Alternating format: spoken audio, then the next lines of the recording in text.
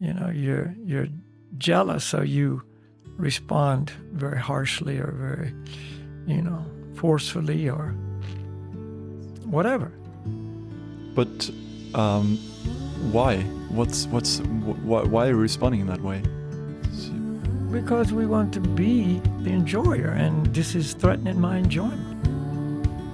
I don't really have a true internal enjoyment that is just solid. I don't have that.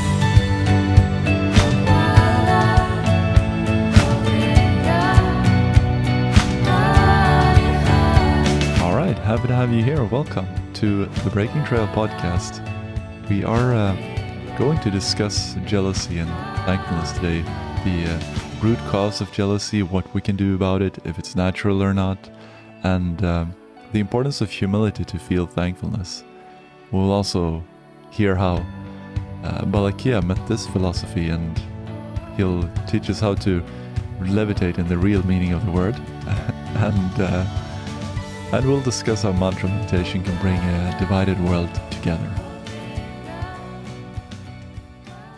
How is the staying at the same place now, like as a contrast to that living on the road? The exact opposite. How is it? Exactly the opposite. You do get enough sleep, and you do. Yeah, I get enough sleep, and regular. We always ate regular times, but the times were always different, like 6 hours or 8 hours or 4 hours or 2 hours. So 4 o'clock was usually the time we had dinner, for instance, or 9 or 9:30 in the morning for breakfast. But which 9 o'clock, when it's 9 o'clock one place, it's 3 in the morning another place, or, like for sure. noon another place. So, everything was just kind of, I had a regulated schedule for the place I was at, but it wasn't regulated overall. It couldn't be. It was impossible. But I was always impressed, for the retreats that I've been at with you, that you just arriving on a flight from like across the ocean from the U.S. and like the next morning you'd be at the morning program and you'd be holding classes and you'd be. Well, I just had to do it, and I could do it, but the point is, if I sat down, I'd go to sleep. That's sometimes when I do like Guranga breathing at class, if I haven't slept enough, like I've actually fallen asleep during teaching Guranga breathing. Well, yeah, I've done that myself, on a regular basis. Long periods of time between Gurangas. Exactly. You're just off in some dreamland, and then you come to and realize you got to continue on. Yeah, I recognize this, and then you think that but it wasn't so long, and then suddenly it's like for the people that were there, it's been like a minute, but for you it's been like 2 seconds, and you just think. We used to do Guranga breathing always with Guranga, and then the second breath would be Nitai Gaur. Yeah. So it'd be Guranga and then Nitai Gaur, Guranga, Nitai Gaur. But, I just went back to just only Guranga, because sometimes in those, moments we were just referring to, I couldn't remember if the next thing was Guranga or Nitai Gaur.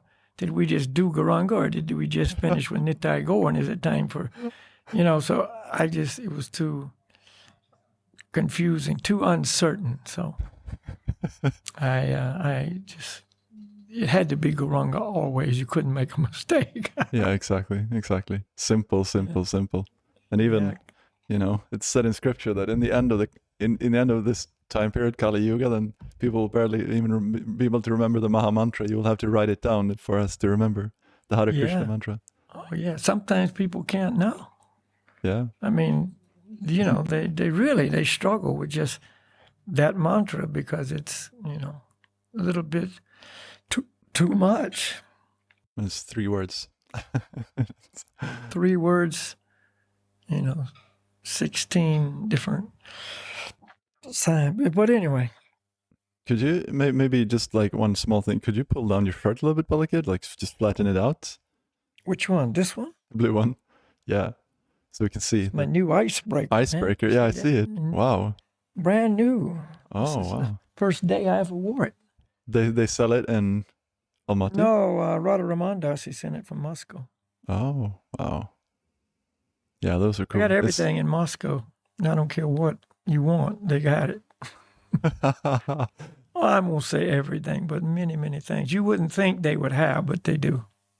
Yeah, I could imagine. Yeah, big city. So they got it. It's thin, yeah? Yeah. That's cool. Yeah. We're gonna did you find the definition of jealousy? Yes. Go for it. Can you read us? Jealousy. Can I read it? Yeah. Oh, you mean will I read it?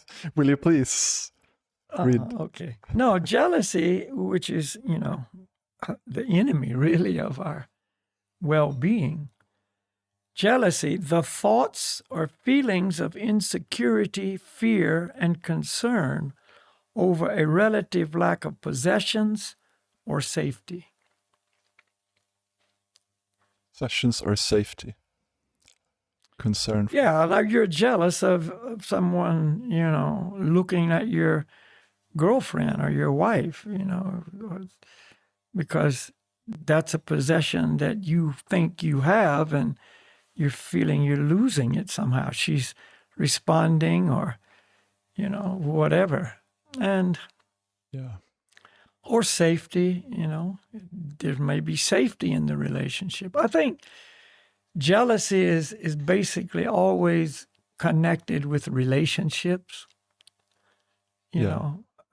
Envy would be more what you'd experience if you had, feeling that they've got, a new car and I don't. Yeah. They got to go on a trip, that I didn't get to go on because I didn't have the money. Or you're envious of them. Or, it could be relationships as well. I mean, but usually jealousy is more about feelings about a relationship being insecure, fear you're going to lose it, concern that you don't have that complete control that you want to have. Yeah. And I think that's something that everyone can relate to. Yeah. At one point or the other in life, Yeah. I mean, we've all been there. But I mean, so. Sorry. Yeah. Go ahead. No. What when we speak about these things, it's always like it's always you come back to the idea of, well, I always have people saying, now it's natural for us to do this. You just need to learn to deal with it. Is it natural? Well, it depends on whether you understand what is truly natural or whether you're dealing with what is normal in material life. Right. So, like we always have to come back to the truth that our soul, the truth that we are spirit soul, we're not our material bodies, the soul level of understanding, the bottom line. So there's what is normal or natural for the soul in its pure condition.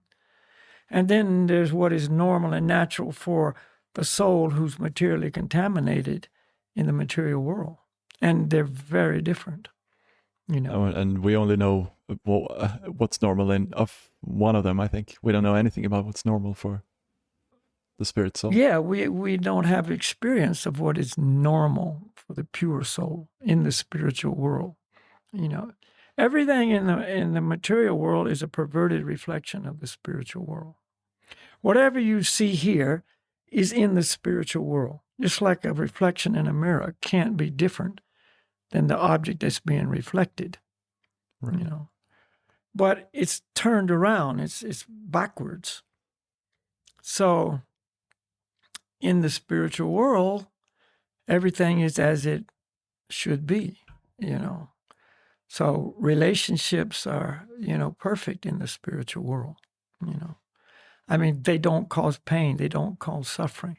There is real love, not temporary, attractions and and lusty desires and, and so on. So Possessiveness and possessiveness and jealousy, for instance, you are secure in your relationship. Whereas in the material world, everything is the opposite of that. So, like as we've discussed before, our main scripture that we study in Bhakti Yoga is Bhagavad Gita. And in the Bhagavad Gita, in chapter 16, it's describing two different natures that people have. A divine nature, which is basically the true nature of the person, the soul. And then there's the demoniac nature, which is the perverted, contaminated nature. The word sounds so harsh, but that's demoniac. No, it sounds like, people would think that that's like someone with horns on them. Well, yeah, demoniac has all kinds of meanings for different people. And some people embrace that. People worship demons, on some levels of, whatever you want to call it, Yeah. But anyway, these demoniac qualities, which are certainly undesirable, unfavorable, against the well-being of the individual that's having those qualities or others that are affected by these qualities. I mean, there's no good that comes from a demoniac nature. But one of the main symptoms or qualities is jealousy. So there's lust, that's one of those qualities. There's anger, there's greed, there's envy, there's jealousy, there's lack of compassion, lack of concern, self-centeredness, etc.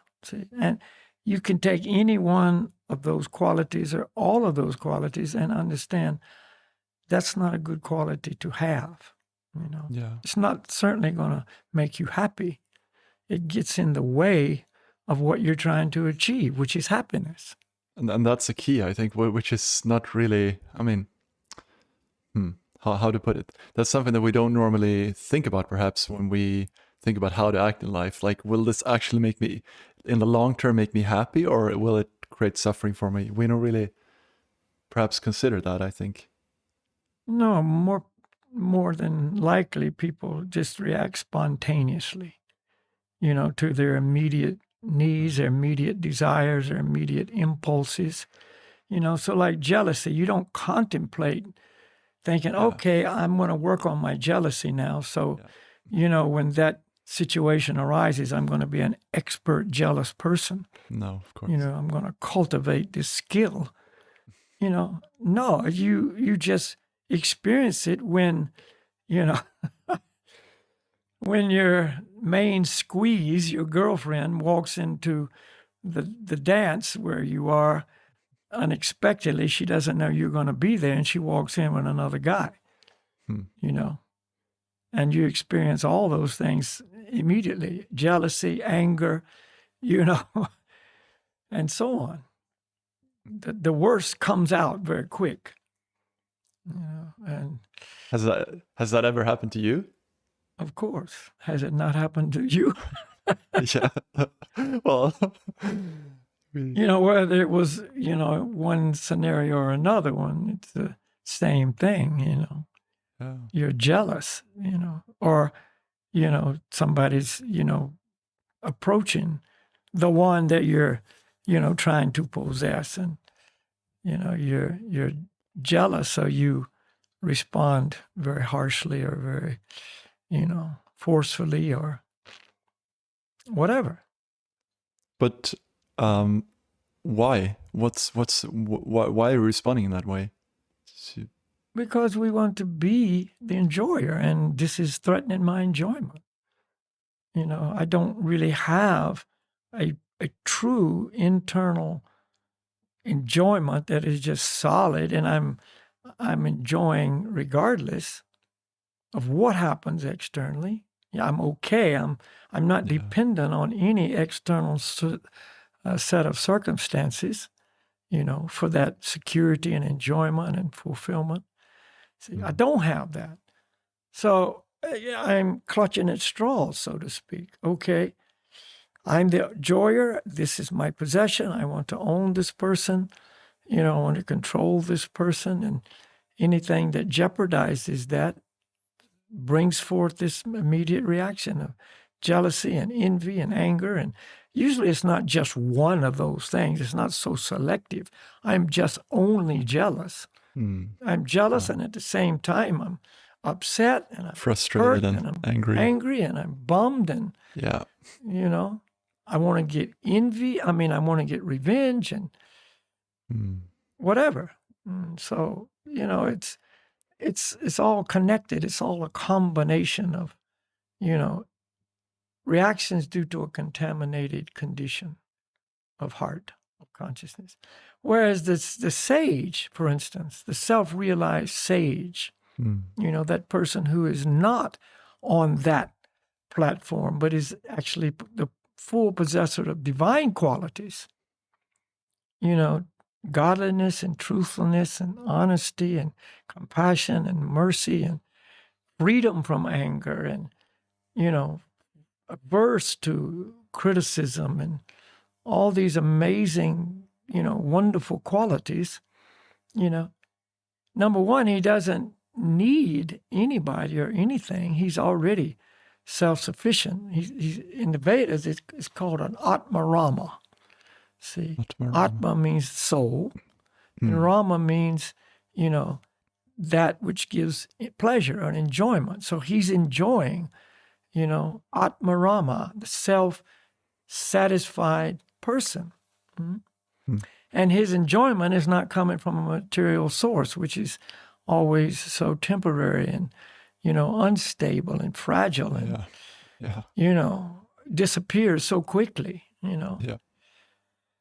But it's coming from his relationship with the Supreme Lord, or his awareness of who he is and, his spiritual life, which is his life. It's not like just a temporary period of time on Sunday morning or something where he goes and has some spiritual life, and the rest of the time he's, buried in the world of material illusions, No, this is his life. This is who he is, you see? So he's not envious. He's not jealous. He's of anybody. He's not controlled by lust. His controlling factor is love. His heart is filled with love. Love controls him, And it's stated in our Vedic scriptures, this is very wonderful, that God is above everyone and everything, and he is the supreme controller. Yeah. But yet, love is so strong that love controls God. He's the source of love. He is love personified, but yet love controls him. See? That's a difficult concept, I think. Well, if you know the nature of love, it's not. Because love is the all-powerful force. Yeah. People will do anything for love. They'll risk their life in an instant for someone they love. They'll sacrifice whatever they need to sacrifice if they really love, et cetera, et cetera. So that's just a glimpse of how powerful love is. And what we call love is not even love, it's lust. It's a powerful force turned upside down. That's why lust is so strong. And lust comes out in the form of jealousy, yeah.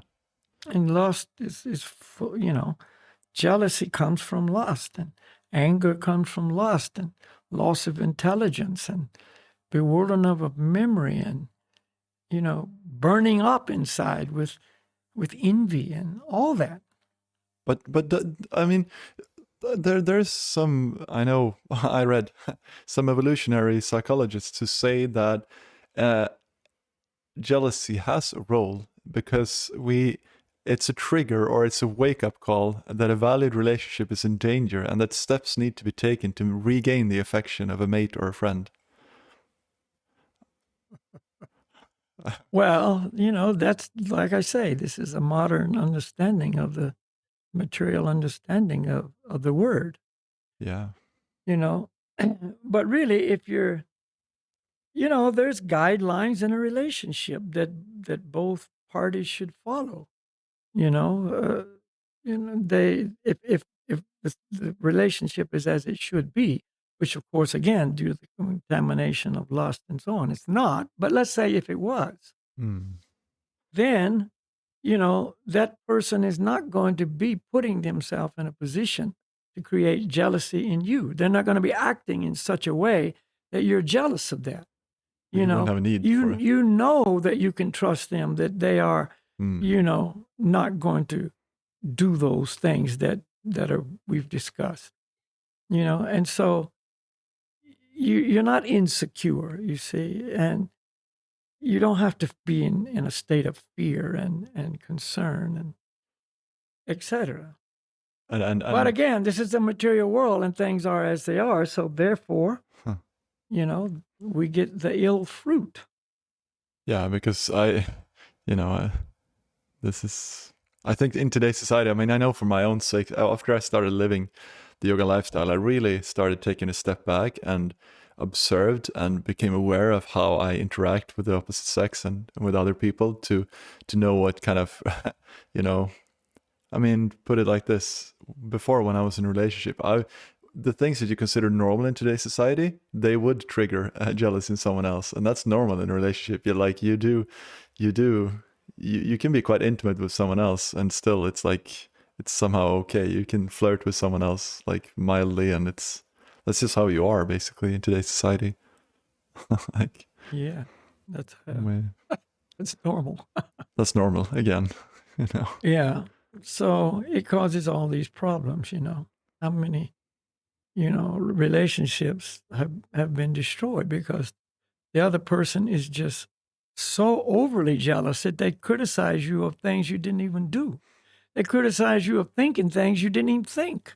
Yeah. I know what you're thinking. I saw the way you looked,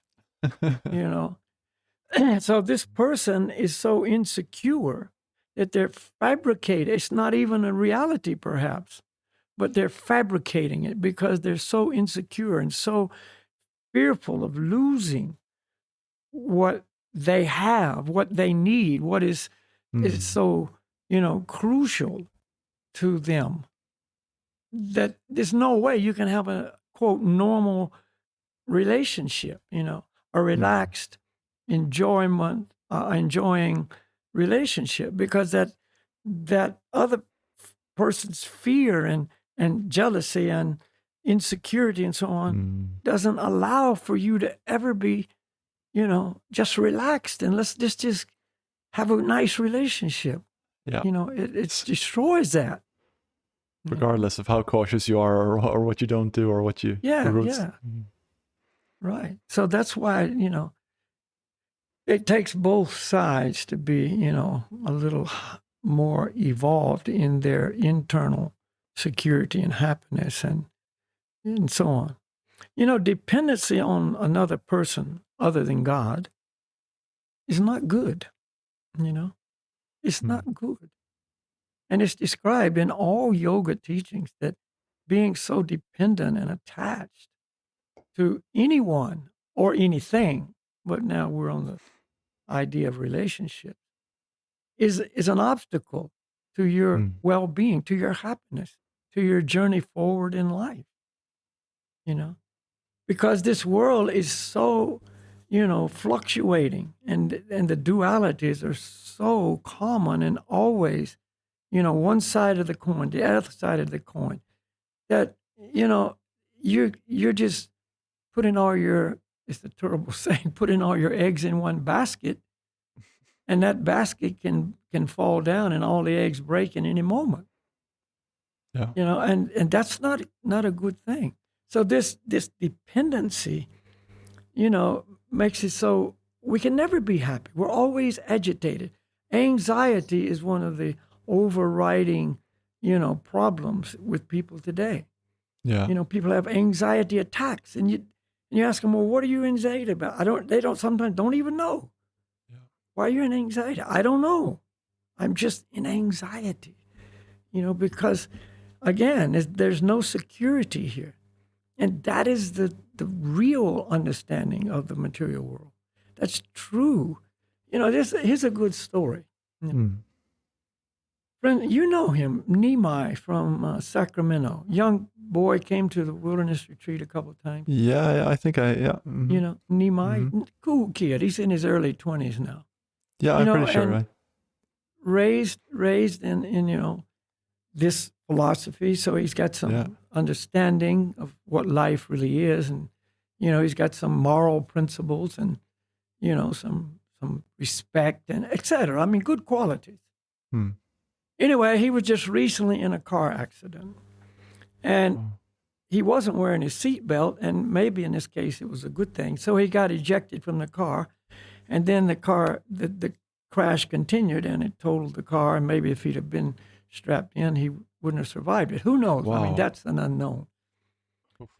But anyway, he was taken to the hospital, and in the he wasn't really critically injured or anything, but in the examination of his injuries that he had and so on, they discovered he had an aneurysm in his heart.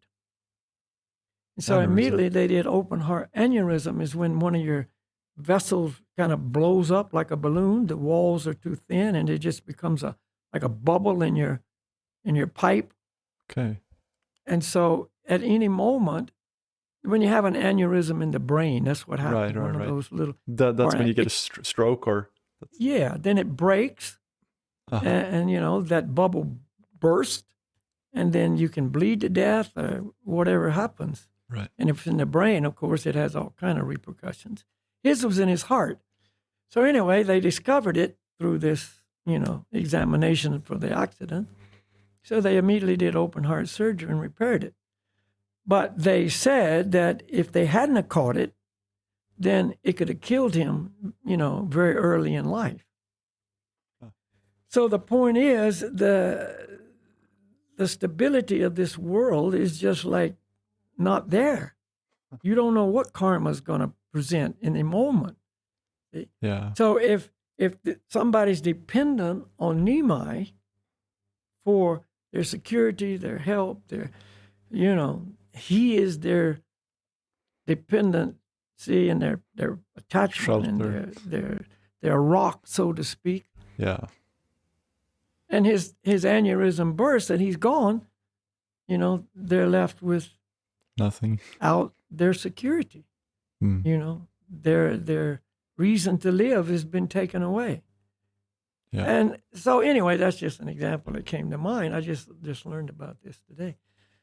So the world is as it is. And if we're using, things in this world, be it relationships or being possessions of money or fame or any and all of that or whatever it is, our skills, our abilities, whatever talents I have, they can be taken away at any moment, and there's no stability here. There's no shelter here. Everybody wants to feel safe, and you feel safe if you feel really sheltered. But really, if that shelter is from this world somehow, then that shelter is very fragile, you see. Since you know that you are eternal. But some people would say then that gratitude is the solution, and that's one of the solutions to jealousy, according to our dear friend Google. Gratitude. Just appreciating what you have. Well, yeah, I'd have no problem with that. But number one, that's not normal in the world today. People have so much and they're still ungrateful. Yeah. It's true. It's a nice teaching. It's a nice philosophy, but in reality, who's really grateful for what they have?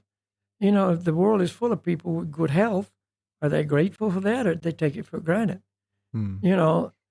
Some people really have nothing, but some people have a lot. Are they grateful for that? Are they grateful for the intelligence that they've been given in this lifetime to, do amazing things? Or Are they Well, grateful for all the media that makes it so you and I can have this meeting right now? but it seems like gratefulness, real gratefulness, seems seems really hard. I mean, we can talk about it. Many people talk about it a lot, and it's a really nice thing, but it seems very hard to achieve. And it seems like you do need to have an understanding about things to actually be grateful, like where things fit. Yeah, You know, and in the big. one of the qualities, if you will, that is necessary for there to be true gratefulness, appreciation, is humility. See, as long as I'm not humble, which means I'm arrogant, then I feel basically I deserve it. You know, my ego, my false ego, doesn't really allow me that real feeling of gratitude that I would have if I was truly humble. Because you feel that you always deserve more than what you're getting. That's what you're saying.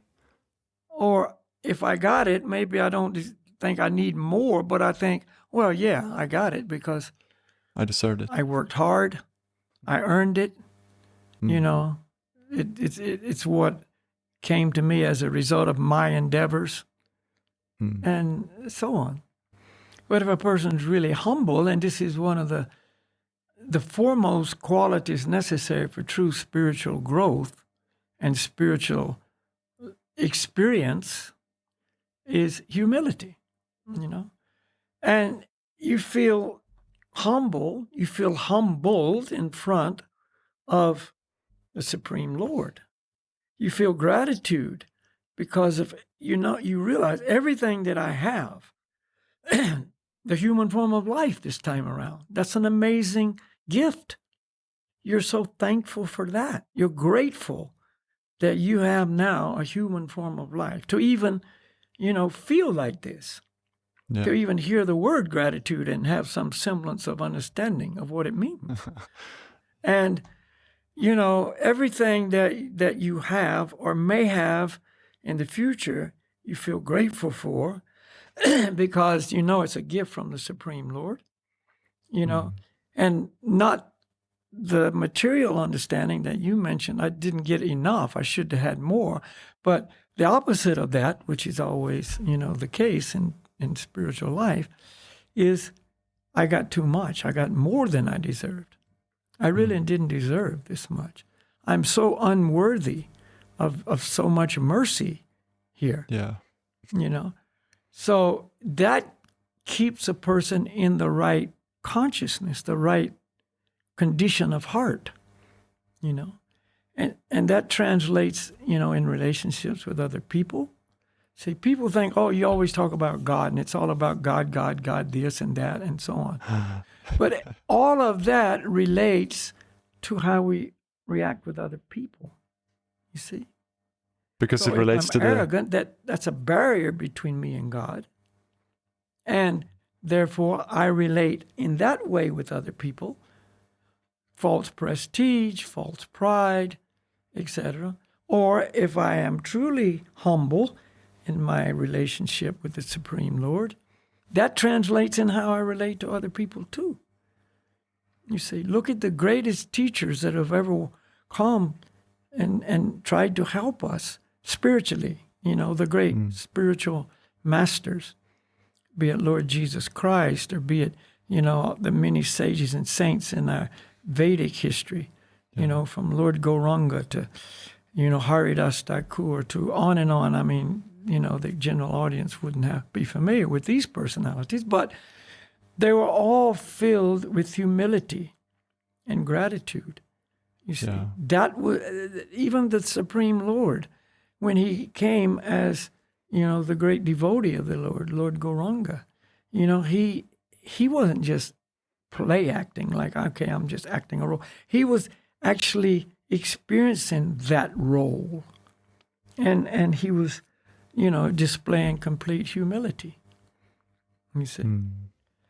So, there's necessary qualifications to make things as they should be.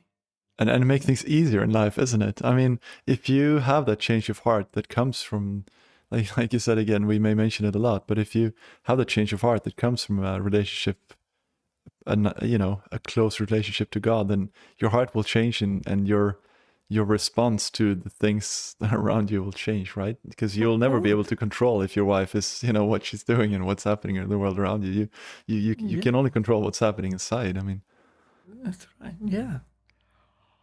Yeah, and if we don't work on the inside with a spiritual solution, you see, do our spiritual exercises, so to speak, get healthy spiritually, yeah, then all the external adjustments, as includes in the mind, etc., they just don't solve the problem. It's not the root of the problem. yeah. Okay, I'm not going to be jealous, and maybe you really don't want to be jealous, but when it comes, it comes. When you are, you are, and then you feel frustrated. I failed again, or this is really, ruining our relationship, but I can't not be jealous. I'm just feeling so jealous. You see that it's not good for you, but you can't get out of it. Yeah. Yeah. I know. You can't just wish it away, because what is the cause? And the cause is lust, anger, jealousy, all that. It's the perverted reflection of love.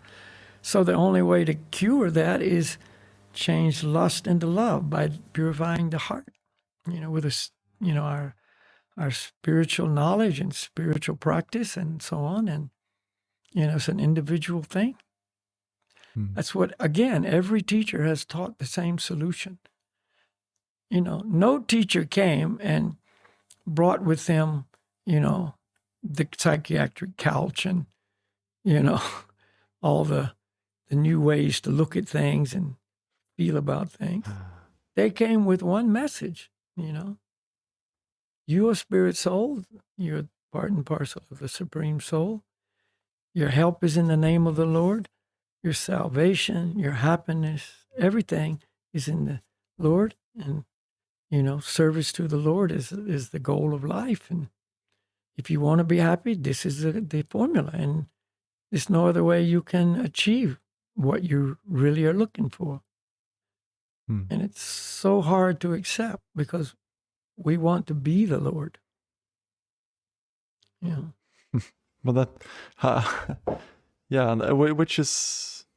which comes out in a really early stage as well. I mean, I was reading about jealousy, and it said that even, let's see if I can find it here, that even infants as young as 5 months has been observed to show jealousy.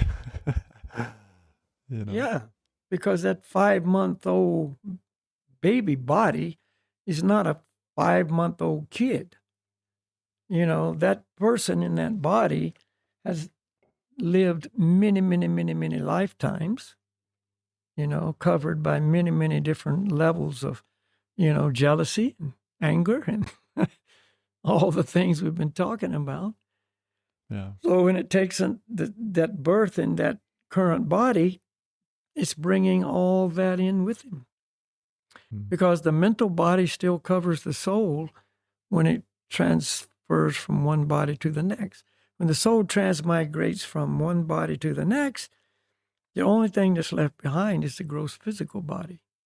But the subtle mental body, which is where all this is taking place, all these is emotions, still all the emotions and the attachments and the desires and the arrogance and the false lordship and all that's taking place on the mental level. It's not taking place on the physical body level. It may manifest certain things.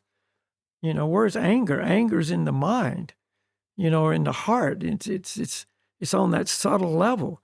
Now it may manifest itself externally, with a red face or, curse words or fist in the other guy's face or whatever. But it all started inside. So when you take your next birth, you've got that in there. So, 5 months, it's been there before that, but maybe that's the first time it was obviously, displayed. So So you gotta, I mean, you don't, in a sense, that's good news, because you have, or what, how to put it, you have to work with it. You can't escape it. Like it's you. yeah, it's not going to go away when you die. Exactly. You know, you don't leave it in the coffin. Open the coffin and there's jealousy sitting there. But yeah, but that, I mean, my point was, yeah, that seems like bad news, but the good news is that you can, you get a chance to do something about it. Like, Well, yeah, but here's another point that kind of makes this more proof, if you will, or undeniable. You can see jealousy in dogs too. A dog is jealous of his master. A dog is jealous of, another dog. You get a new dog, and the old dog that's been with the master for a long time is jealous of the new dog that just entered the family. yeah. Like, wait a minute, who are you? What thinks you got the right to be number one here? Yeah. And yeah, it's just what's going on inside the body. The soul is covered by these many layers, of contamination. And the soul, I mean, the soul can take on many different bodies. I guess this makes it clear. So you can have a dog body, you can have a human body, but it's the same person. Yeah, same person, just a different body according to the desires and the attachments and the karma that soul had covering it when it left the previous body. Yeah. Then it'll take birth in a body suitable for those conditions. So let's say because the first step in jealousy and trying to do something about it must be to have the desire to want to do something about it. So let's say that I am in a relationship, I see that I have jealousy. I'm listening to this podcast and I can recognize myself in that. What do I do? What are the practical ways that I can actually do something about this? Well, if you're just without any kind of knowledge about what we're talking about, and you just will try to do it through a mental adjustment, or, don't think like that, or, like, don't be attached kind of thing, but you are. Yeah. I'm not attached, but I really am. I don't need you, but I do. and so on. In other words, you can try and maybe you'll have some success depending on, how good you are at these things. But it's not going to really solve the problem. There has to be some inquisition into a solution other than a material solution. And that includes psychiatric help, philosophies of the great thinkers and whatever. There has to be some entrance into a spiritual understanding of life, who we are. See, the things that we talk about all the time are not known to most people. I mean, we think, well, a lot of people know this stuff because, we've been studying this and practicing this and, talking about this for years. And maybe we've reached thousands of people's ears with this message, but how many other people's ears have we not reached? And how many people's ears that heard it, it just bounced off. It didn't even go in. It just bounced off the eardrum before it got past. It just went in one ear and out the other, is the saying. It didn't stick. Or it went into the mind and the head and, to the mental level, and you just like philosophize about it, and that's where it ends, and you just doesn't get to your heart. Or it just goes into the mind and you just reject it, or pay no attention to it, or I accept it, but you don't do anything with it. Yeah. All those things. You don't take it seriously. You don't really, pursue it, because, you're maybe not ready for it, When we're not ready, we're not ready. It's just how it is. And no matter how much a person tells you what you need to know, if you're not ready to hear it, you're not going to hear it. Or you hear it in the way you want to hear it. And all those things makes it so you don't really hear it, you know. So that's unfortunate for the way we live today, because our lifestyles today kill spiritual interest. You know, they really basically are poison for the soul, for our spiritual well-being. And just like bad food, terrible junk food destroys the chances of health. You can't have a healthy body eating absolute poison. I mean, it just doesn't work. But if you like that poison, as weird as it is, and as, you know, how many articles you read on don't eat that food, it does this, and don't eat this, it does that. You still eat it because you're not ready to hear it. You know, and there's a strange attraction to that poison. I mean, yeah, which is hard to admit. That's a, you know.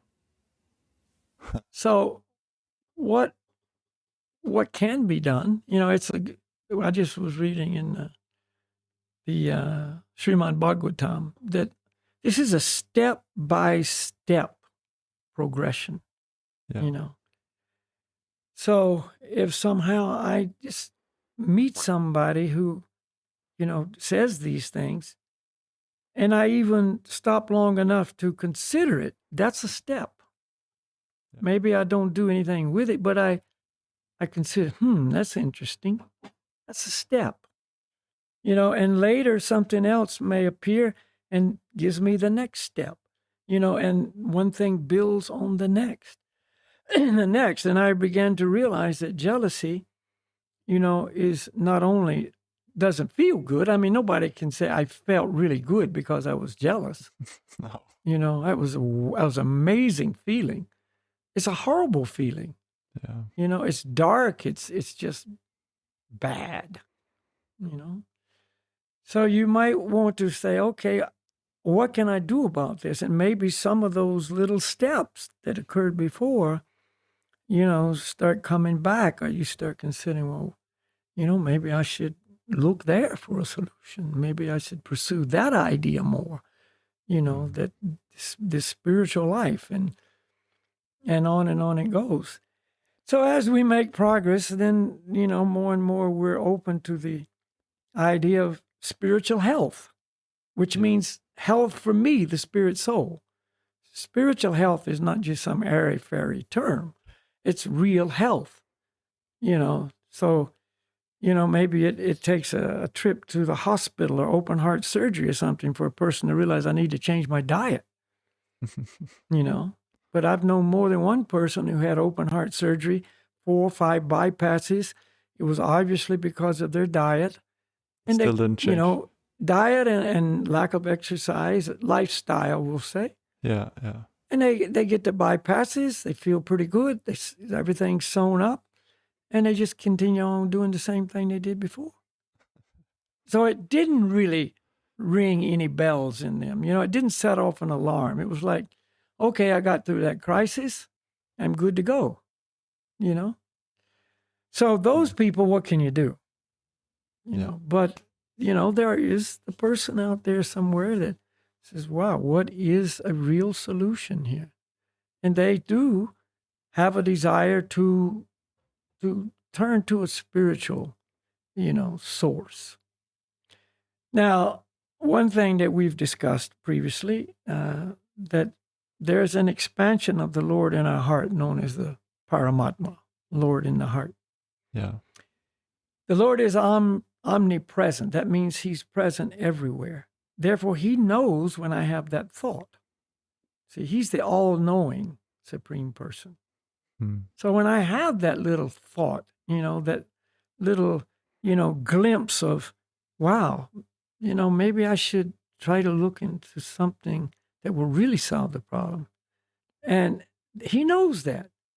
So then he provides me with something, in his own way, perfectly executed, that will help me take the next step or, be relevant to my life or whatever it is that kind of perks my interest or, kind of convinces me or leads me on. And Yeah. so it just builds and builds. And then when I hear jealousy, I've always known it's not good, but then I'm thinking, well, yeah, this is due to a contamination that I have from my, contact with material energy from the material world. And, Hmm. each faith-based system has a different way to address these issues. They call it one thing, another thing, call it a sin, call it, whatever you want to call it. But the idea is always the same, that we Which need is to ask for divine help to deal with it, And so maybe I'm able to, humble myself enough to send out a little call for help, little SOS, can you help me? And again, that is never missed. That SOS signal is not lost in the clouds somewhere. The Lord hears it and he responds immediately. And it just builds on that, That's very reassuring. Yeah. So nobody is alone. That is something that very few people know. We are never alone. The Lord is within our own heart. See? When we talk about the heart, we are talking about two things. One, the pump, the red pumping Physical. muscular organ Yeah. that circulates the blood. So within the body, the Lord is located, and I am located there. That's where we are in the body. But even if I recognize or accept I'm there, very rare is it that I also will accept, well, the Lord is there too. Yeah. That's how close we are to each other, always. Right there. Housemates in the heart, so to speak. We can't get rid of this one. I mean, he's always there. Yeah. We just have to make friends with him. Make friends, So therefore, we're never alone. And the more I accept that and turn to the Lord, for help, then the more help I get. And the more clarity I have on the subject. And the more I see a bright light at the end of a dark tunnel. And so it's so based on your sincerity, I mean that's where it all leads to, isn't it? Yeah, it is. And some people's sincerity comes from extreme measures, when we're beat down to such a low level that we got nowhere else to turn. That's true. Now, how many stories have I read, and I'm sure you have read, and many people have read, about somebody was in some, dire situation where it looked like death was the only thing that was next. Yeah. Whether they were, lost at sea in some little dingy boat and, there was a storm and big waves were crashing on them, or whether they were buried under an avalanche, or whether they were experiencing some, physical condition of the body where they were going to die, whatever. Yeah. And at that moment of need, they cried out, God, please help me. If you help me, I will be yours. I will give my life to you. I will serve you. I will be for you. And they recover, they get out of their situation, whatever, and they do it. They do it. It happens. I have a friend that, it's a long story. I'm not going to tell it because it's too long. But anyway, he was in that situation and he cried out just like that. It wasn't like some philosophical cry. I mean, this is like, help me, when you're ready to go over the waterfall, you're just screaming for help, So help me, God, please. And, his actual commitment was, if you get me out of this situation, I'm yours. I'll quit my sinful ways. And he was deeply involved in some unacceptable activities. I'll quit my sinful ways. I'll do this. I'll be yours. I'm living my life. And he got out of it, and he did it. He did it. One day he's like this, the next day he's completely the other way, And he continued. I've lost touch with him, but as long as I was in touch with him, he continued on. Very, very firm and active in his relationship with God and preaching it and bringing other people in, tirelessly being about his Father's business, so to speak. Wow. So sometimes it takes that extreme measure to make it so we wake up. But We do that. It doesn't have to. Maybe we're just intelligent enough to realize some things by hearing this philosophy of truth. And this is not, some sectarian philosophy. This is a message of truth. Just by hearing it, we're intelligent enough to know, yeah, this is true. I understand this is true. And this is the best thing I can do. Listen to this, follow this, apply it to my life. And you must have seen, I mean, in my personal experience only with the people who live a yoga lifestyle, I just seen, so many versions of that, like from Frank that I'm living with, who's been just full on, with all the different kind of intoxications you can possibly imagine, almost, just to try to escape from the world. But it's, in a sense, when I speak to him, I realize like that's the sense of like you really. It's a sense of determination, you gotta be really determined. Like he was really determined, like this world is not making me happy, there's got to be something more. Right. And then so he was really searching, and it wound up where it has to go. If you're really searching, seek and you shall find. That's what it says in the Bible, right? If you don't seek, you're not going to find. So he was looking, he was searching, almost killed him. And he's still suffering the repercussions, but he found the answer. But how was your, how was your meeting this philosophy? When did it click? Well, I've said it many times. I just was always a pleasure seeker, and I wanted the best pleasure, wherever it was to be found, I wanted that. And I also knew that, the dark pleasures that's not the light. That's not the bright pleasure that's going to make me really happy. All this darkness I didn't have attraction for it. I entered into some pretty, unacceptable activities, but it wasn't, well, I didn't think it was dark. It was dark in the true sense of the word, but it wasn't that really ugly, dark stuff. Because that was obvious to me that that's no good, for anybody. I mean, there's nothing there but ugliness, But anyway, I was successful in creating a lifestyle for myself that was topmost, in my opinion. I mean, I had no problems. I wasn't like, wow, I wish I had more and more and more of this, that thing, other thing. No, I was like, I got it, man. I'm on the bubble, and I was satisfied with the bubble. But at the same time, I wasn't, because, okay, this is so good.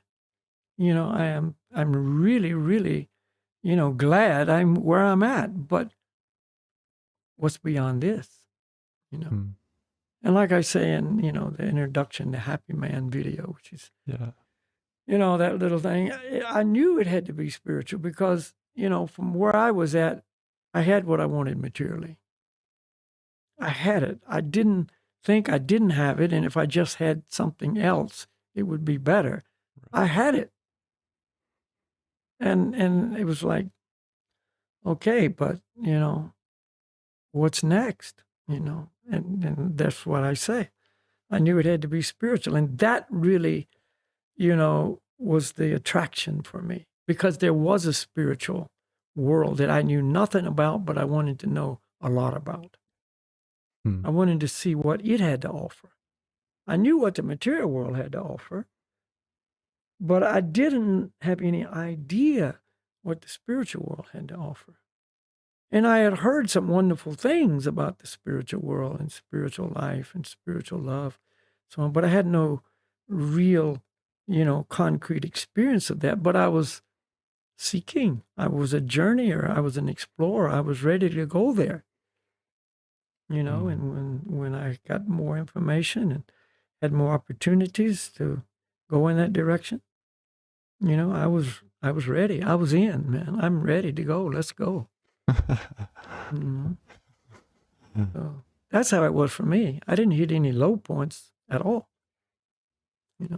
No depression, no anxiety, no loneliness, no this, no that, low self-esteem, all these things. I didn't have any of that. That was just my karma this time around. It's just how I just fell into a very good situation from birth. Wow.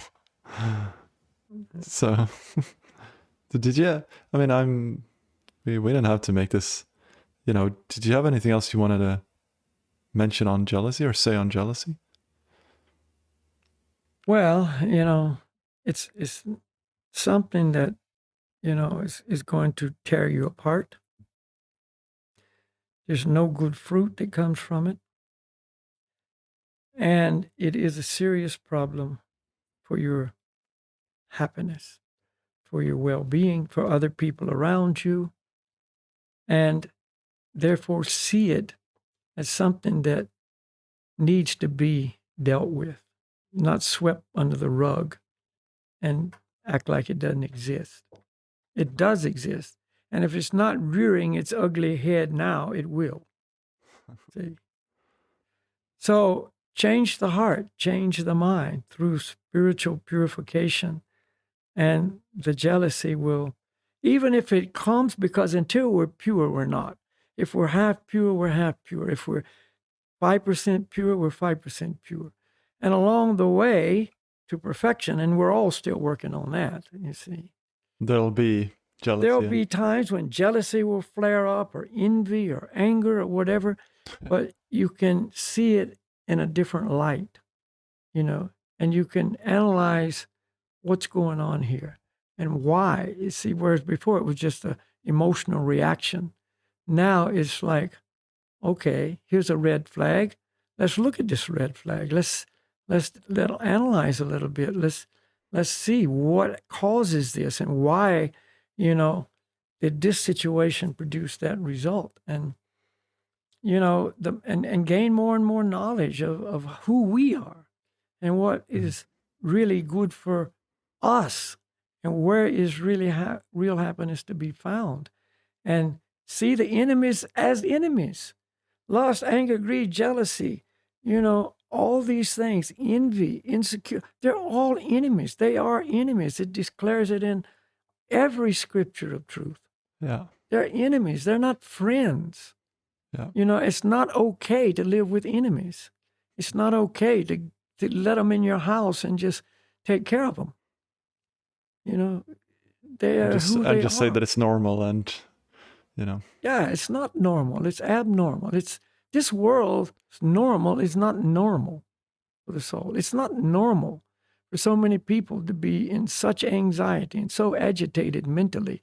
It's not normal to have constant, flare-ups in society and constant protest and, hate flying every which way it can fly and, so much ill feeling toward people because of their bodies, one race, another race, one sex, another sex, one nation against a political party against political party, and religions against religions. All this is tearing us apart.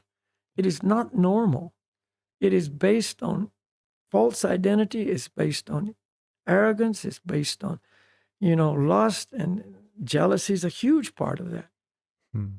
You know, start calling us, it is as it is, you know, and that way, you know, we can rise above these storms that are ripping people apart.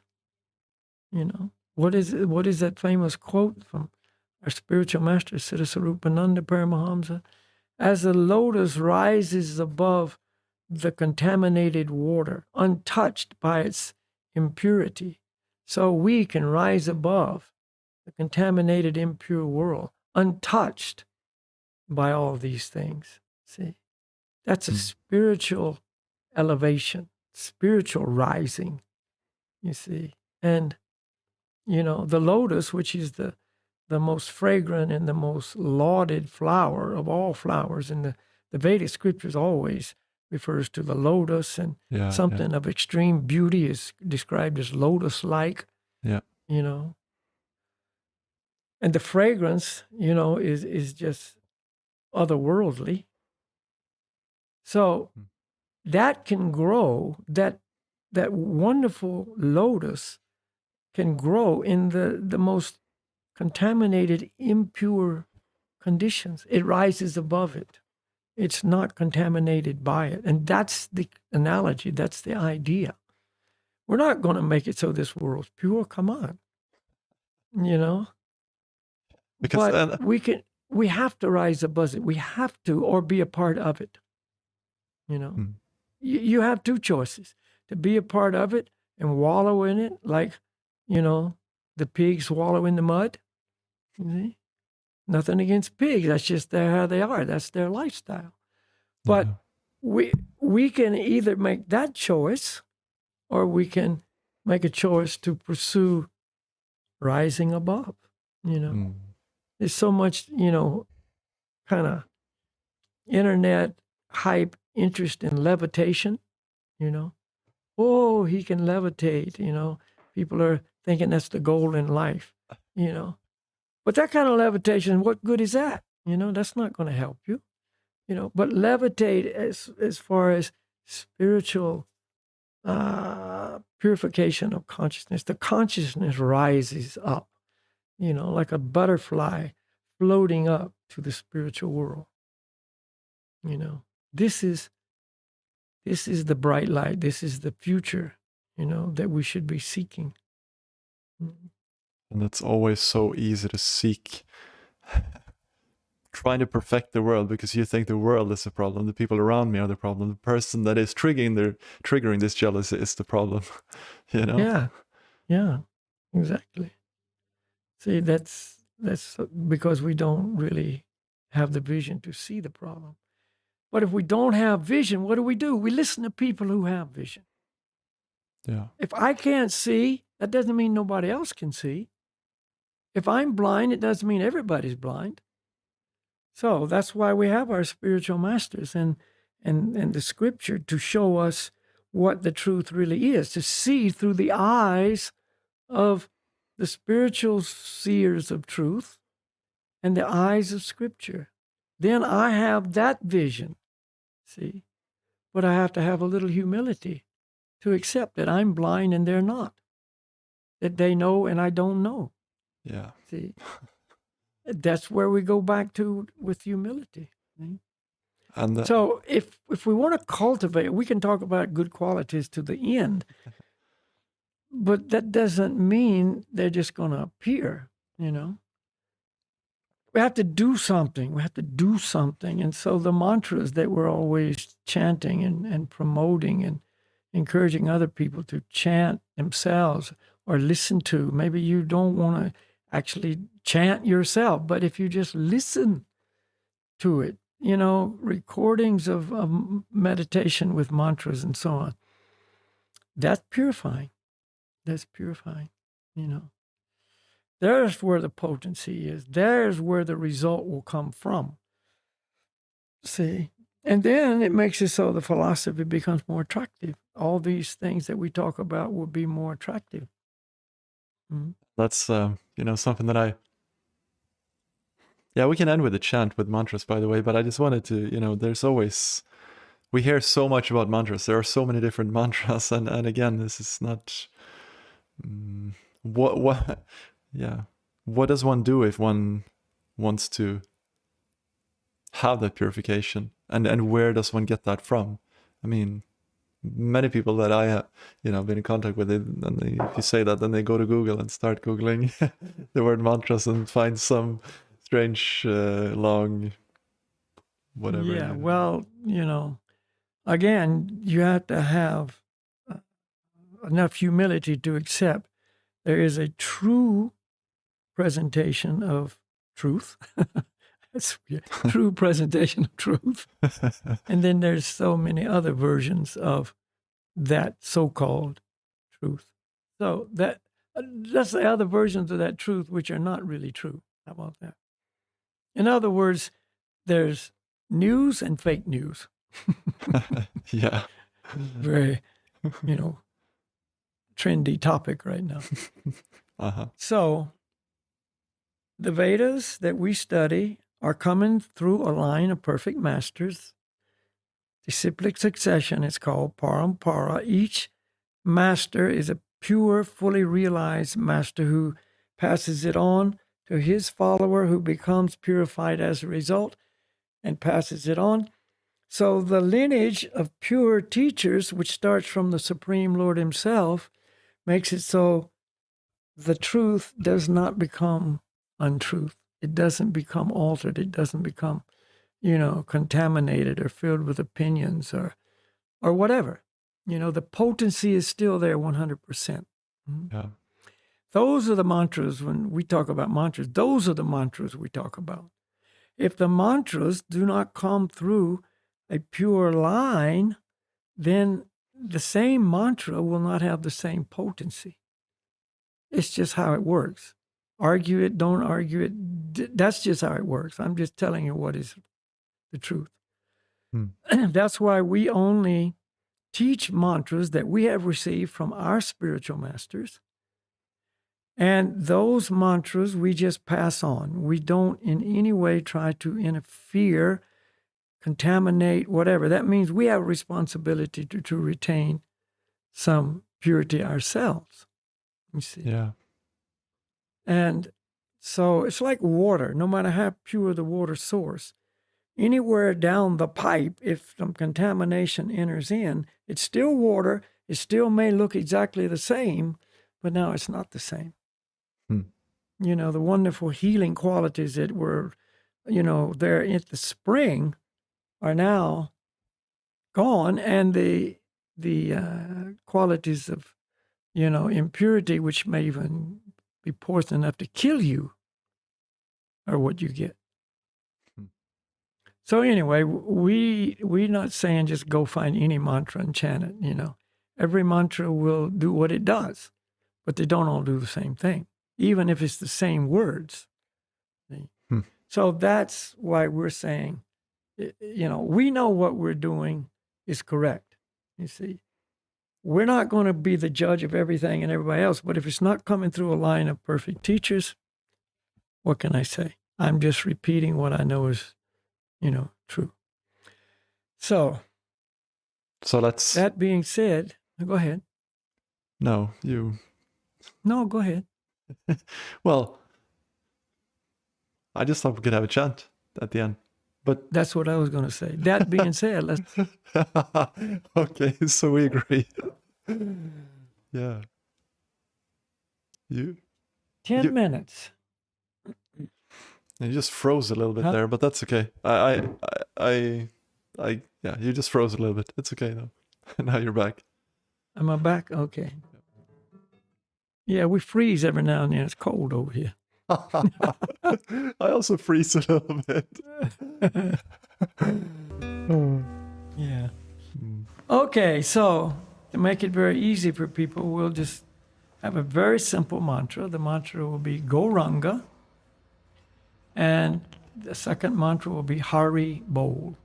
Gauranga, Hari Bol. Gauranga, Hari Bol. And the process is called Shravanam Kirtanam. That means the leader chants, which in this case will be me, and everyone will listen, and then everyone responds, and I listen. See? It's called Shravanam Kirtanam, hearing and chanting. So I have some friends here with me in the Chintamani studio that will be responding, and you chant with them. And of course, Ruben will be responding. I'll be chanting back too. Yeah, I was going to say. And you will be chanting with Ruben.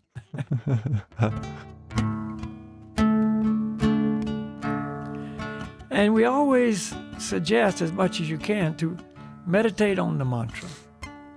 Just focus on the mantra. See, let that sound capture your mind.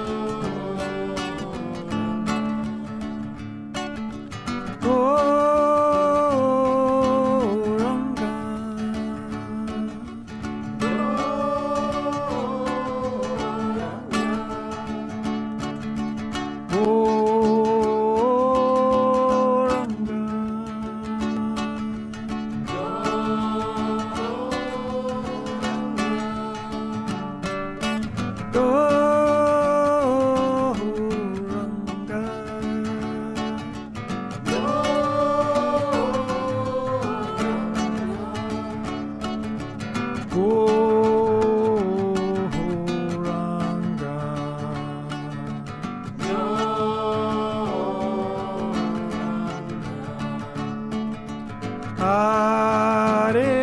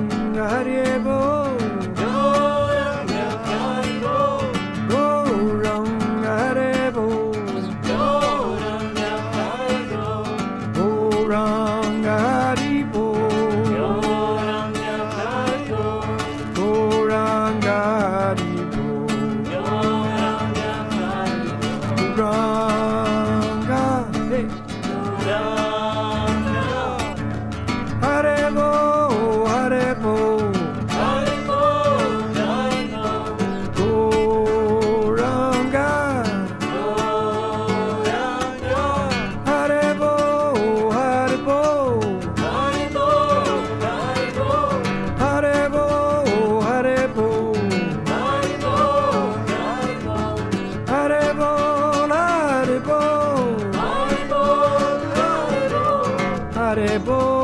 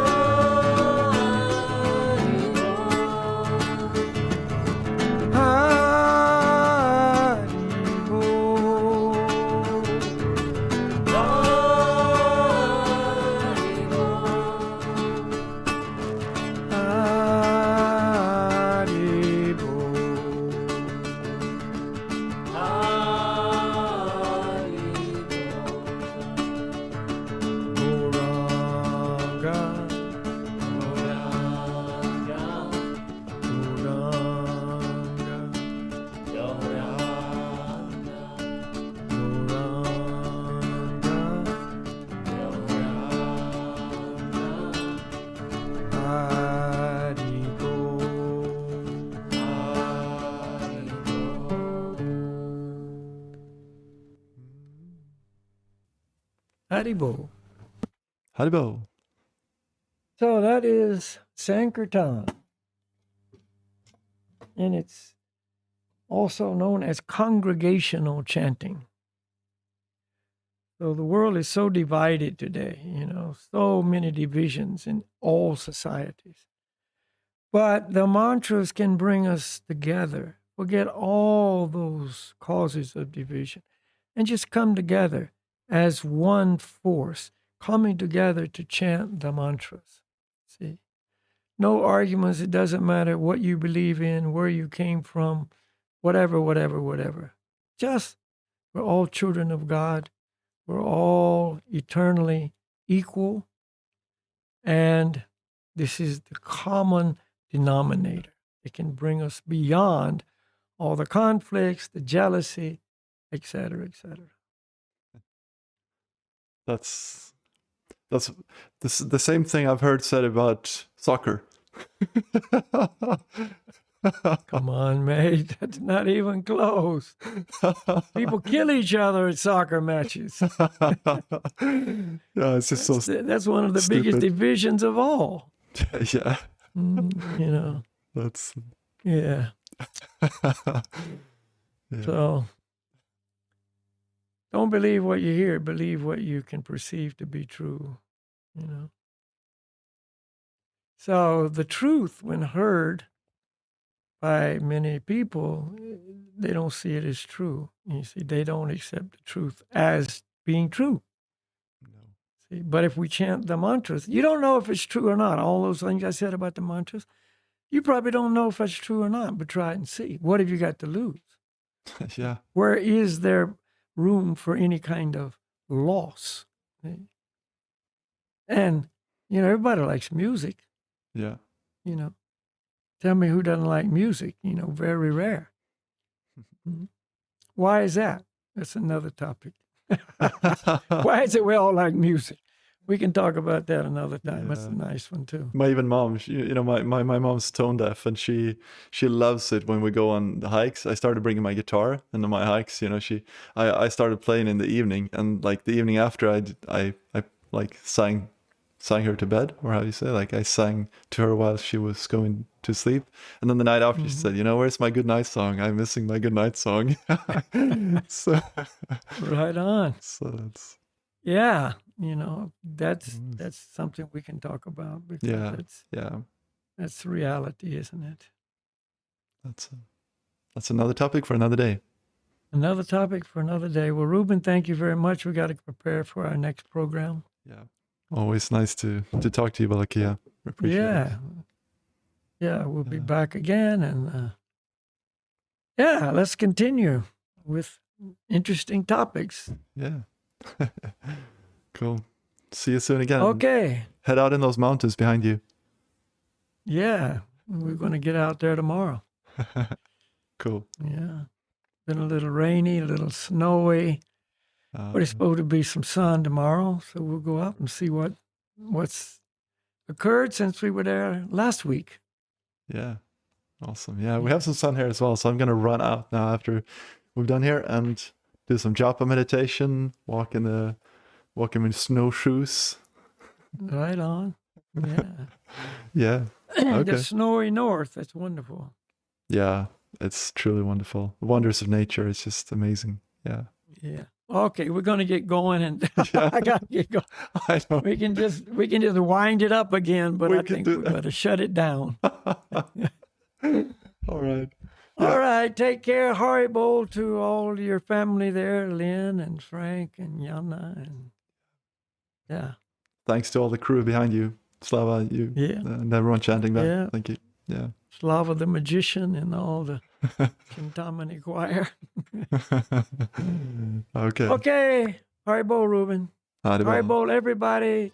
Thank you very much for being with us.